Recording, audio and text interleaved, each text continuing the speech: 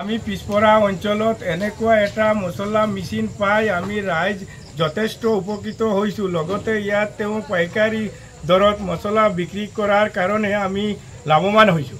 5 kilometre 6 kilometre ডবকালৈ যাবলগীয়া হৈছিল। নিশ্চয় লাভৱান হৈছোঁ। ঠিক আছে, ৰাইজ লগতে সুখী হৈছোঁ। ঠিক আছে, আপোনালোকে চাই আছে যমুনা ব্লগছ আৰু মই জামাল উদ্দিন। মই বৰ্তমান আছোঁ ডবকা আমবাৰী ৰোডৰ যিটো ৰৌৱাৰপাট তিনিআলি আছে, এই ৰৌৱাৰপাট তিনিআলিত আছোঁ। আৰু বৰ্তমান আপোনালোকে মোৰ কাষত দেখিবলৈ পাইছে দুটাকৈ মেচিন আছে। এইটো আপোনাৰ চাউল বনোৱা মেচিন আৰু এইটো হৈছে মছলা বনোৱা মেচিন।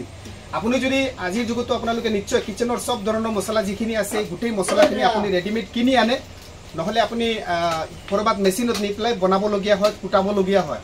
তো আমাৰ ৰৌৱাৰপাৰ অঞ্চলত বা ৰৌৱাৰপাৰৰ গাতে লাগি থকা যিখিনি বৃহত্তৰ অঞ্চল আছে, এই অঞ্চলৰ বিশেষকৈ লোকসকলৰ কাৰণে এইটো এটা ভাল খবৰ। আপোনালোকে ভিডিঅ'টো শ্বেয়াৰ কৰি একে অন্যকে সহায় কৰিব, কাৰণ আপুনি অতি কম দামত যদি মছলা কুটাব বিচাৰে বা পিঠাগুড়ি বনাব বিচাৰে, বিশেষকৈ ঈদৰ সময়ত, বিহু বা কিবা পূজাৰ সময়ত যদি আপুনি পিঠাগুড়ি কৰিব বিচাৰে, তেনেহ'লে এই মেচিনটোত পিঠাগুড়ি বনাব পাৰিব।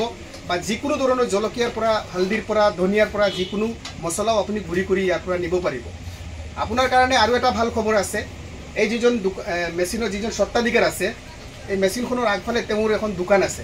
আৰু এই দোকানখনত তেওঁ এই মেচিনত যিবিলাক বস্তু মছলাবিলাক যিখিনি বনায়, এই গোটেই মছলাখিনি তেওঁ পেকেট কৰি একেবাৰে সুলভ মূল্যত পাইকাৰী দৰত দোকানীসকলৰ কাৰণে তেওঁ হোলচেল হিচাপে মছলাবিলাক যোগান ধৰে। আপুনি যদি এজন দোকানী হয়, তেনেহ'লে আপুনিও নিশ্চয় মছলা আপোনাৰ লাগিব, আপুনি বেলেগৰ পৰা কিনি আনে। তো আপুনি আহক, এইখন দোকানৰ পৰা যদি নিয়ে, তেতিয়া আপোনাৰ এটা গেৰাণ্টি থাকিব। আপুনি কাষ্টমাৰক গেৰাণ্টি দিব পাৰিব যে মছলাটোত কোনো ভেজাল নাই, কাৰণ তেওঁ নিজ হাতেদি এইটো মেচিনত মছলাখিনি বনায় আৰু এই মছলাখিনি নি পেলাই তেওঁ বেলেগত বিক্ৰী কৰে। গতিকে আপুনি আহক, ৰৌৱাৰপাৰ তিনিআলি, ডবকা আমবাৰী ৰোডৰ যিটো ৰৌৱাৰপাৰ তিনিআলি হয়, এই ৰৌৱাৰপাৰ তিনিআলি নতুন বজাৰত এই মেচিনটো আছে। দোকানীজনৰ নাম হৈছে জিয়াবুৰ ৰহমান।